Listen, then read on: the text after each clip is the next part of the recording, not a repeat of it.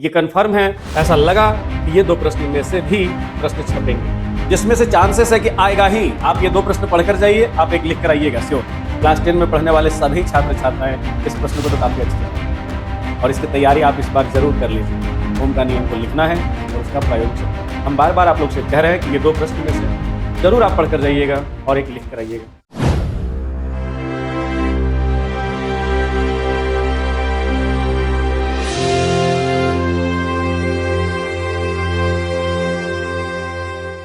तो आइए, आज झारखंड बोर्ड यानी कि जैक द्वारा आयोजित होने वाली 2026 में क्लास 10 में जो साइंस की परीक्षा होने वाली है, उसका लॉन्ग क्वेश्चन आज हम लोग हल करते हैं।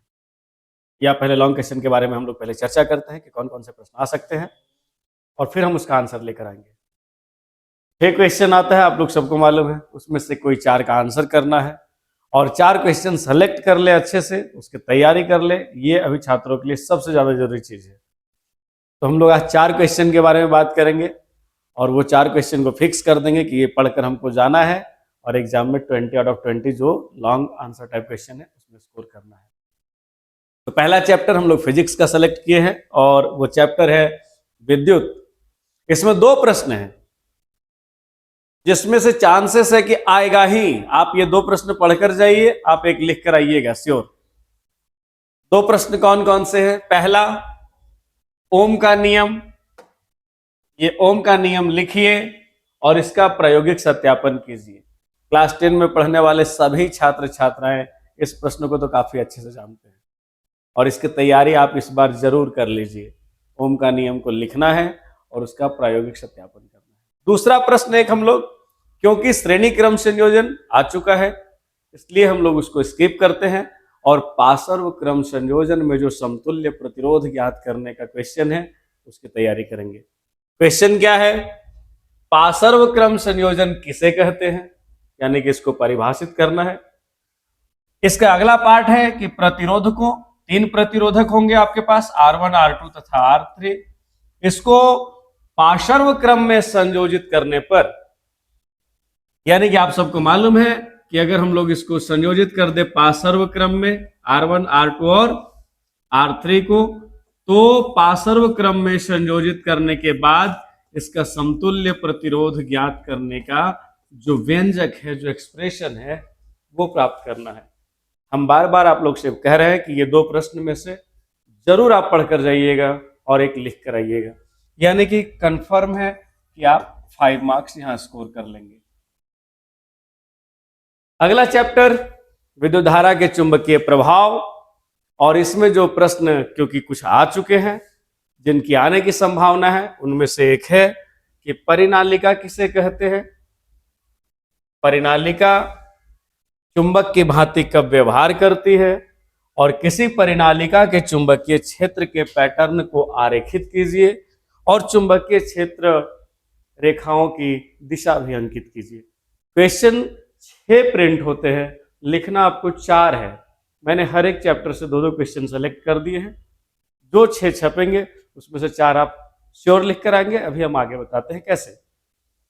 एक प्रश्न है विद्युत धारा के चुंबकीय प्रभाव से, और कि निम्नलिखित को परिभाषित कीजिए। विद्युत फ्यूज के क्या कार्य हैं, और लघुपथन तथा अतिभारण से आप क्या समझते हैं। ये 2 शॉर्ट क्वेश्चन है, लेकिन ये दोनों को मिलाकर एक लॉन्ग बनाया जा सकता है अगर बनाया जाए तो। अगर हम इसकी तैयारी कर ले तो बेकार नहीं होगी। लॉन्ग में नहीं आए कोई बात नहीं, शॉर्ट आंसर टाइप क्वेश्चन में ये जरूर रहता है। तो ये हम लोग सब पढ़कर जाएंगे। नेक्स्ट हम लोग बात करते हैं, वो है धातु एवं अधातु। इसके पहले हम आपको थोड़ा और आगे लेकर चलते हैं। इस तरह से तैयारी कैसे करनी है उसके पॉइंट ऑफ व्यू से हम लोग एक चैप्टर पढ़ते हैं, जैव प्रक्रम, बायोलॉजी का है, और इसमें प्रश्न है नेफ्रॉन का नामांकित चित्र बनाइए। ये सभी छात्र छात्राओं को अच्छे से पता होता है, और अगर नेफ्रॉन का नामांकित चित्र बनाइए ये नहीं, तो दूसरा है कि अमीबा में पोषण का सचित्र वर्णन करिए। ये 2 प्रश्नों की तैयारी आप काफी अच्छे से जरूर करके जाइएगा। ये यहां से आपका 5 मार्क्स। अभी तक आप 2 प्रश्न हल कर चुके हैं, 2 लॉन्ग क्वेश्चन। नेक्स्ट है आनुवांशिकता तथा जैव विकास। प्रश्न तो रहता ही है, क्वेश्चन है कि लिंग निर्धारण किसे कहते हैं, लिंग निर्धारण में पर्यावरण की क्या भूमिका है, समझाइए। और एक प्रश्न जो हम लोग और लिखे हैं वो ये है कि आनुवांशिकता क्या है और आनुवांशिकता में डीएनए की क्या भूमिका है। पिछले वर्षों में पूछे गए प्रश्नों के आधार पर बहुत विश्लेषण करने के बाद ये कंफर्म है, ऐसा लगा कि ये 2 प्रश्न में से भी प्रश्न छपेंगे। तो सिस्टम वही है, क्वेश्चन तो आएंगे ही, 5 मार्क्स यहां। अगर हम जैव प्रक्रम से एक क्वेश्चन, आनुवांशिकता तथा जैव विकास से एक क्वेश्चन, यानी कि 2 क्वेश्चन अभी तक हम लोग कंफर्म कर चुके। और पीछे अभी हम लोग बात कर रहे थे जब, तो विद्युत से एक प्रश्न हमारा कवर हो जा रहा है कि ओम का नियम या पार्श्व क्रम संयोजन। तो 3 प्रश्न का उत्तर अभी तक आप कर चुके हैं। एक प्रश्न अगर स्टूडेंट थोड़ा सा मेहनत कर दे तो एक प्रश्न और अच्छे से ले सकता है, वो कहां से, वो भी मैं आपको बता दे रहा हूं। यहां ध्यान दीजिए, जब आप कार्बन एवं उसके यौगिक पढ़ते हैं तो ये जो क्वेश्चन है कि निम्न यौगिकों के संरचना सूत्र लिखिए, कुछ प्रश्न पीछे आ चुके हैं, पहले आ चुके हैं। अभी हम लोग जो प्रश्न में संरचना सूत्र के लिए सेलेक्ट किया गया है वो है ब्रोमोपेंटेन, प्रोपेनॉइक अम्ल, मेथेनॉल, प्रोपाइन या बेंजीन। तो आप इसको सॉल्व कर लीजिए, या नहीं तो समावयवता किसे कहते हैं, पेंटेन के समावयवों के नाम एवं संरचनात्मक सूत्र लिखिए। ये दोनों पढ़कर जाना है, ये दोनों प्रश्न को पढ़कर जाना है। और अगर एक प्रश्न आप इसमें से हल कर देते हैं, ये तो टाइप श्योर है पूछेगा, हर साल आता है, हर साल आया है, पूछेगा ही पूछेगा। तो 5 मार्क्स यहां। जब एग्जाम काफी नजदीक हो तो क्या पढ़ना है ये बहुत ज्यादा जरूरी है, क्या छोड़ना है ये भी उतना ही ज्यादा जरूरी है। कम समय में तैयारी अच्छी और मार्क्स अच्छा स्कोर करना हो तो इस तरह की प्लानिंग की आवश्यकता पड़ेगी। तो धातु एवं अधातु का जो प्रश्न है, हम उसका पहला प्रश्न के बारे में बात करते हैं। तो यह है कि एक यौगिक AB के बनने में A का प्रत्येक परमाणु 1 इलेक्ट्रॉन का त्याग करता है। यहां ये गलती से ये 20 प्रिंट हो गया, इसको हटा दीजिएगा।